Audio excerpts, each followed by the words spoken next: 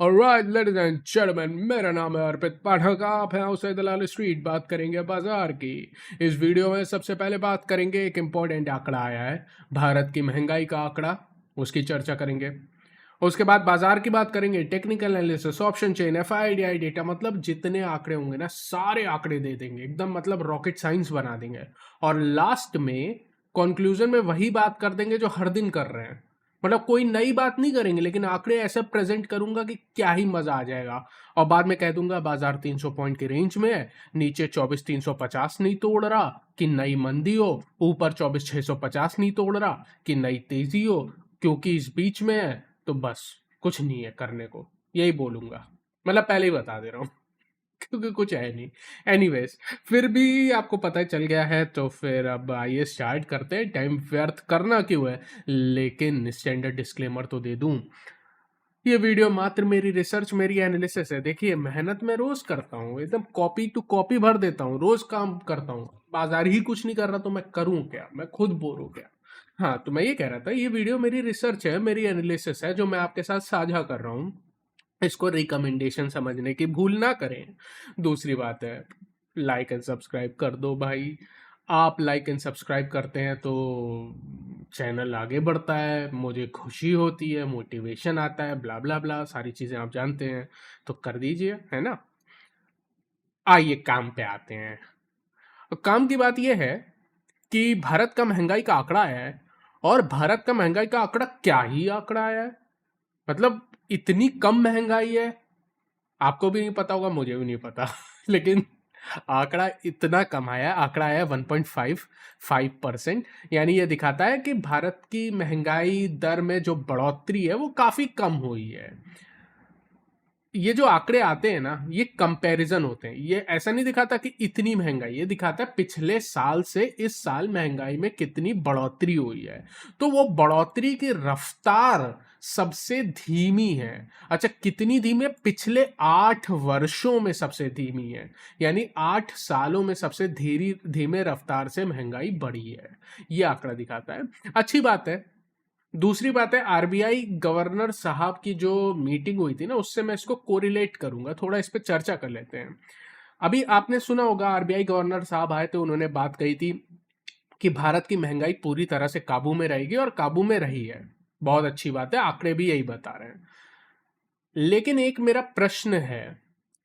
देखिए, गवर्नर साहब ने ये भी प्रिडिक्ट किया था कि भारत की जो ग्रोथ रफ्तार होगी, जो ग्रोथ रेट होगी, वो भी बरकरार रहेगी, उसमें कोई बदलाव नहीं किया था। लेकिन भारत के महंगाई दर में बदलाव किया था। अब इकोनॉमिस्ट या जिनको भी थोड़ी इकोनॉमिक्स की समझ होगी वो जानते हैं कि जो ग्रोथ रेट होती है, नॉमिनल ग्रोथ रेट जो हम लोग बताते हैं, वो रियल ग्रोथ रेट प्लस महंगाई दर होती है। तो अगर महंगाई दर में कमी आ रही है, और अच्छी खासी कमी आ रही है, तो जो नॉमिनल ग्रोथ रेट है, जो हम लोग बात करते हैं, भारत 6% 7% से ग्रो रहा है, उसमें भी तो कमी आनी चाहिए। अगर उसमें कमी नहीं आ रही है तो सिर्फ एक कारण से नहीं आ सकती कि भारत में रियल ग्रोथ रेट हो। लेकिन रियल ग्रोथ रेट कैसे होगी? टेरिफ वॉर की वजह से इस रियल ग्रोथ रेट पे हमला होगा। तो ये गणित मेरे समझ से बाहर है कि महंगाई में बड़ी कमी आ रही है, लेकिन आरबीआई के प्रेडिक्शन में ग्रोथ रेट कम नहीं आ रहा। तो इसको थोड़ा सा समझना पड़ेगा, ये थोड़ा सा बैठ नहीं रहा है सेंस में, ठीक है। तो ये बात है। बट ओवरऑल, आप इस पे जाइए मत। ओवरऑल पॉइंट ये है कि बढ़ोतरी, जो महंगाई दर है उसमें काफ़ी कमी आई है। ये पॉजिटिव माना जाएगा, कल इसको एज अ पॉजिटिव प्रस्तुत करेंगे मीडिया वाले। लेकिन क्या ये इससे कोई बहुत फर्क पड़ जाएगा? नहीं, क्योंकि अनुमान ऑलरेडी कम का था और कम आ ही रहा है। और वैसे भी महंगाई दर बहुत कम थी, पिछले भी महीने जो आंकड़े आए थे वो भी बहुत कम आए थे, तो लगातार कम ही आ रहा है। अच्छा, दूसरी बात समझने वाली है। अच्छा, एक और चीज़ बता दूं मैं, देखिए आंकड़े सारे प्रेजेंट करना मेरा कार्य है। अ, अगर महंगाई दर इतनी कम आ रही है तो भारत का जो बॉन्ड है ना, वो बॉन्ड में कमी आनी चाहिए, लेकिन बॉन्ड मार्केट बढ़ के आ रहा है।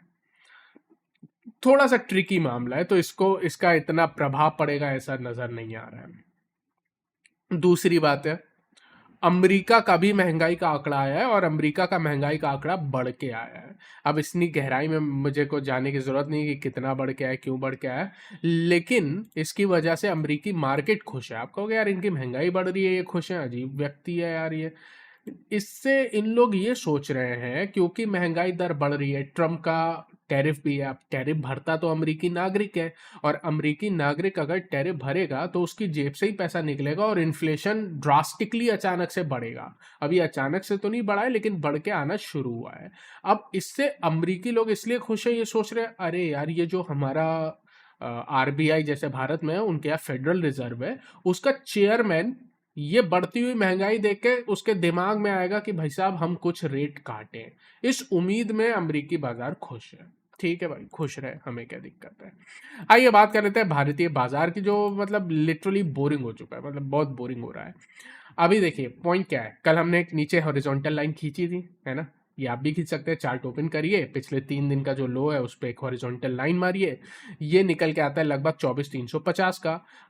नई मंदी इसी लेवल के नीचे होगी, ये लेवल तो टूटा टूटा नहीं है। कल हम बात कर रहे थे कि 24,400 सबसे बड़ी सपोर्ट है और 500 भी सपोर्ट है, 400-500 बहुत बड़ी सपोर्ट है। वहीं जाके बाजार रुक गया। कल हमने एक और बात कही थी, ऊपर जैसे ही आपका 24,635 निकलता है, उसके बाद 24,700, 24,740, 24,775, ये 3 रास्ते खुलते हैं, है ना। और वो हमने बात कही थी कि आजकल तो 40-50 पॉइंट भी बढ़ जा रहे हैं, वो बड़ी बात है। 24,700 तक क्या, लेकिन वहां से ये विक रिजेक्शन देके वापस आ गया। मतलब मुद्दा क्या है, मुद्दा कुछ भी नहीं है। मुद्दा ये है कि ना ये 24,650 के ऊपर क्लोजिंग दे रहा है, ना ये 24,350 के नीचे क्लोजिंग दे रहा है। ये 300 पॉइंट रेंज में फंसा हुआ है, और जब तक फंसा हुआ है तो ये ऐसे ही करता रहेगा और कोई कार्य नहीं करेगा। ठीक है, ये ऐसे ही घुमाता रहेगा। छोड़िए इस चीज को, आइए ऑप्शन चेन में। क्या ऑप्शन चेन में कोई बढ़िया आंकड़े हैं? ऑप्शन चेन में आज थोड़ी सी शॉर्ट पोजीशन ऐड हुई है, और कहाँ पे सबसे महत्वपूर्ण रेजिस्टेंस जो आ रही है वो 24,700 आ रही है। अगर आप 24,700 पे देखेंगे तो वहां पे 1,20,00,000 1,20,00,000 से ज्यादा कॉन्ट्रैक्ट है और 62 लाख ऐड हुए हैं। तो सबसे बड़ी रेजिस्टेंस 24,700 आ रही है, और 24,700 क्या है जहां से विक रिजेक्शन दिया है, तो कोई नई बात नहीं है। लेकिन 24,600 पे भी बड़ी रेजिस्टेंस निकल के आ रही है, क्योंकि यहाँ पे भी 1,20,00,000 कॉन्ट्रैक्ट हैं, लगभग लगभग सेम है, जुड़े थोड़े कम है। तो अब जो है वो 24,600 से 650, जो कल लेवल था ना, बोला था 635 के ऊपर निकलेगा तो 700 तक जाने का रास्ता बनाएगा, है ना, उसके ऊपर जाएगा, वही लेवल है, कोई बदलाव नहीं है। मतलब टेक्निकल भी वही रिस्पेक्ट हुआ है, और आज ऑप्शन चेन से उसी बात पर मतलब और ज्यादा मुहर लग गई, और कोई नया कार्य नहीं हुआ है। जहां तक सपोर्ट की बात करेंगे, सपोर्ट अगेन ध्यान रखिएगा, 24,400 ही सबसे महत्वपूर्ण सपोर्ट है। 24,400 से 24,350। 400 क्यों है? टेक्निकल, सॉरी, 24,400 है ऑप्शन चेन पे, वहां पे आपका 85 लाख कॉन्ट्रैक्ट है। और 24,350 क्यों है? यहां से पिछले 3 दिन के बॉटम पे एक हॉरिजॉन्टल लाइन बढ़ के आंसर आपको मिल जाएगा। पुट कॉल रेशियो 0.7 है। कोई दिक्कत है? कोई दिक्कत नहीं है। कोई रॉकेट साइंस है? कोई रॉकेट साइंस नहीं है। निफ्टी 50 में 50 में से 19 शेयर ऊपर थे, 31 शेयर नीचे थे। कल आंकड़े आपने इंग्लिश में बोलने के लिए बोला था, तो मैं इंग्लिश में बोल देता हूँ। निफ्टी 50 में 19 शेयर ऊपर थे, 31 शेयर नीचे थे।